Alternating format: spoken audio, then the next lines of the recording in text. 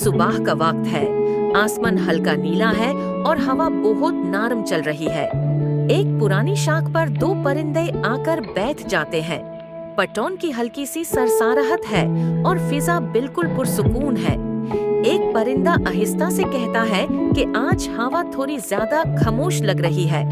दूसरा परिंदा मुस्कुराते हुए जवाब देता है कि शायद आसमान भी आज कुछ सोच रहा है। पहला परिंदा याद करता है कि जब वो दोनों पहली बार उड़ना सीख रहे थे तो कैसा महसूस होता था। दूसरा परिंदा कहता है कि वो दिन कैसे भूल सकती है।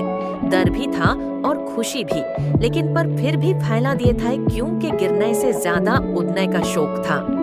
पहला परिंदा थोड़ी देर सोच कर कहता है कि उड़ना सिर्फ पर फैलाने का नाम नहीं होता। दूसरा परिंदा पूछता है फिर किस चीज का। पहला परिंदा जवाब देता है कि उड़ना अपने दार को पीछे छोड़ देने का नाम है।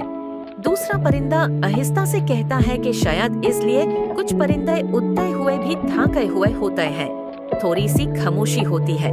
फिर पहला परिंदा पूछता है कि क्या हर परिंदा अपनी मंजिल तक पहुंच जाता है। दूसरा परिंदा मुस्कुराते हुए कहता है कि शायद मंजिल होती ही नहीं। पहला परिंदा पूछता है कि फिर हम रोज उड़ते क्यों हैं। दूसरा परिंदा जवाब देता है कि इसलिए क्योंकि हवा कभी रुकती नहीं और हम भी रुकना नहीं चाहते। पहला परिंदा कहता है कि कभी कभी उसे लगता है कि हम सिर्फ उड़ते नहीं, हम अपनी यादें भी साथ लेकर उड़ते हैं। दूसरा परिंदा पूछता है कि कौन सी यादें।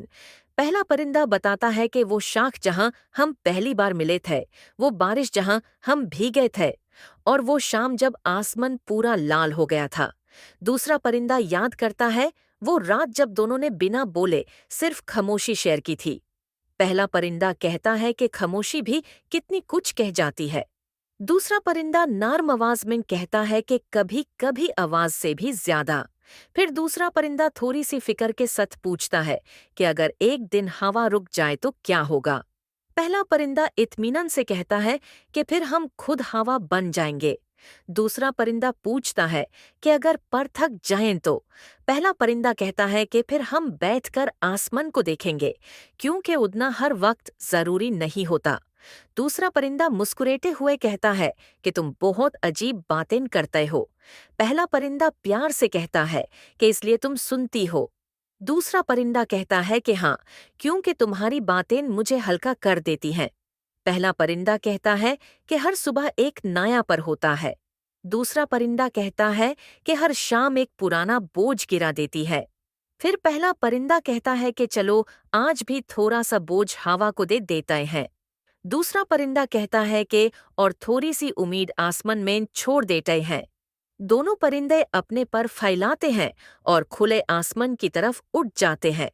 और कहानी यह याद दिलाती है कि जिंदगी सिर्फ मंजिल का सफर नहीं होती, बल्कि हवा के साथ चलना सीखने का नाम होता है।